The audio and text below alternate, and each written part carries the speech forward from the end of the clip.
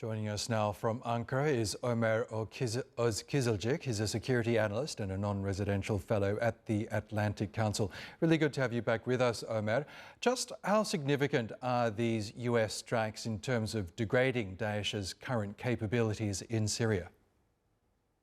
Yeah, I wouldn't say that they will have a major impact. I mean, they have definitely destroyed some weapon depots and have degraded ISIS capabilities to some degree, but we are no longer in a period where ISIS has a territorial presence in Syria, and thus airstrikes is the solution to deterritorialize ISIS in Syria. We are in a new phase, and the major question is, yes, these airstrikes were partially motivated by domestic politics in the US. But the question is, how can ISIS be eliminated altogether in Syria? And the answer is through social policies, through political approaches, through domestic Syrian political approaches.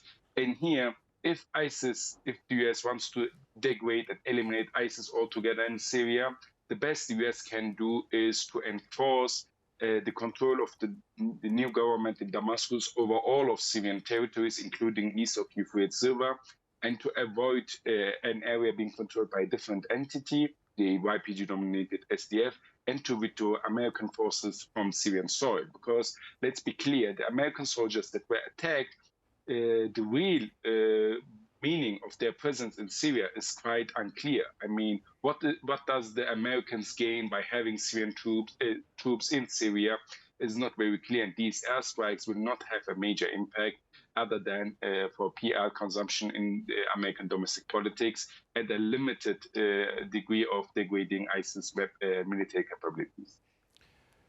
And we know there is this process of integrating what the US calls the SDF and what Turkey calls the YPG terror group into the wider Syrian army.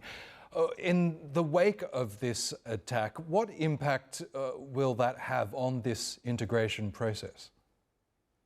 I mean, this attack shows that the current status quo cannot be maintained. I mean, we have been now 1 year almost since the negotiations are ongoing, and there is no integration.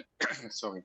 And as long as integration doesn't happen, ISIS can basically exploit the front line, cross from the eastern side of the Euphrates River to the western side, and vice versa. And we know that many people who the Syrian government and security forces capture as ISIS militants and ISIS members turn out actually to be recently released from the Al-Hol camp or from ISIS prisons controlled by the SDF. So there is unfortunately a mentality on the side of the YPG-dominated SDF terror group to exploit the ISIS terrorists they harbor to create the image of that ISIS still is a serious threat. But in reality, we know that the more the Syrian government and the new administration in Damascus controls, the lesser degree ISIS activities in Syria become, because the Syrian government has the popular support, which the SDF doesn't, and the Syrian government can take away the people that ISIS tries to radicalize, can counter its radical ideology, can counter its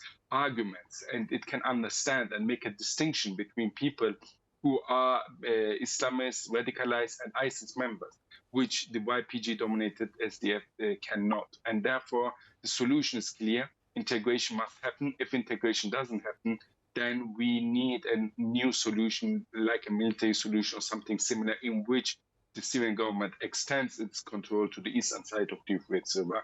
Otherwise, this distinction in territorial control will keep ISIS alive.